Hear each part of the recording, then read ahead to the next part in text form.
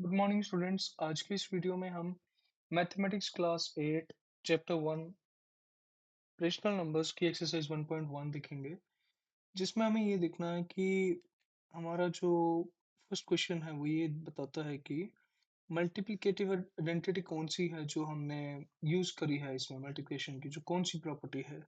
तो हमारा पहला क्वेश्चन है -4/5 into 1 is equals to 1 into minus 4 upon 5 is equals to minus 4 upon 5।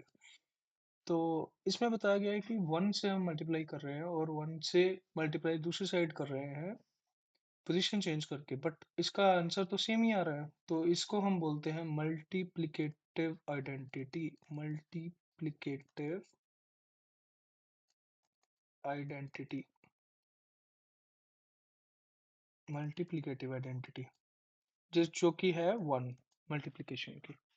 इसके बाद अगर हम देखें तो पहला सेकंड क्वेश्चन हमारा ये दिया हुआ है -13/17 इंटू -2/7 गिव्स -2/7 इंटू -13/17। अब इसमें अगर देखा जाए तो हमारा जो ये वाला पार्ट था, चलिए कि अगर ये हमारा ए है और ये बी, तो ये हमारा बी हो गया और ये ए हो गया। तो basically A into B is equals to be into ए। तो ये वाली प्रॉपर्टी हमारी है कॉम्यूटेटिव प्रॉपर्टी। तो इसमें हम लिख देंगे कॉम्यूटेटिव प्रॉपर्टी। इसके बाद जो थर्ड क्वेश्चन हमारा है, जो थर्ड पार्ट है इसका, वो ये है कि -19/29 is into 29 divided by -19 is equals to 1। तो इसमें ये दिया हुआ है कि इसका reciprocal that is reverse reverse of this ए। तो अगर ये ए है तो इनटू 1/a, क्योंकि ये तो उसका उल्टा ही है ना। तो 1/a, तो ये हमारा हमेशा 1 ही आएगा, जिसके हम बोलते हैं मल्टीप्लिकेटिव इनवर्स। Multiplicative inverse. तो इसी के साथ हम दूसरा जो हमारा क्वेश्चन है वो देख लेते हैं।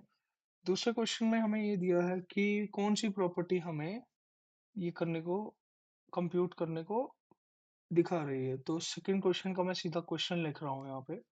तो that is 2 second question, and वो है हमारा 1/3 इंटू 6 इंटू 4/3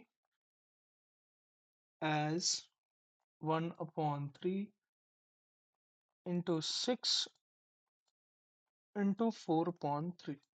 तो अगर इसमें हम देखें तो ये इस तरह की फॉर्म में है, a into B into C bracket में as a into B into सी बाहर।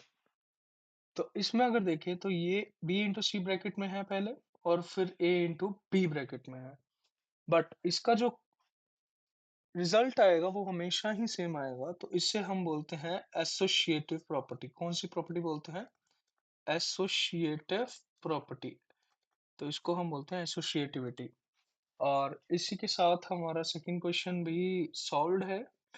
थर्ड क्वेश्चन अगर हम देखें तो थर्ड क्वेश्चन में हमें ये बताया गया है कि product of two rational numbers is always a product of two rational numbers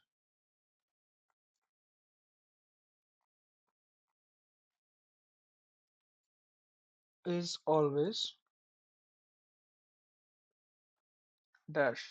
तो दो रेशनल नंबर्स का जो प्रोडक्ट है वो हमेशा ही हमारे पास एक रेशनल नंबर आएगा। यही इसका आंसर है। तो इसी के साथ हमारा ये वाला एक्सरसाइज खत्म हो गया है। We'll meet for another exercise later. Thank you.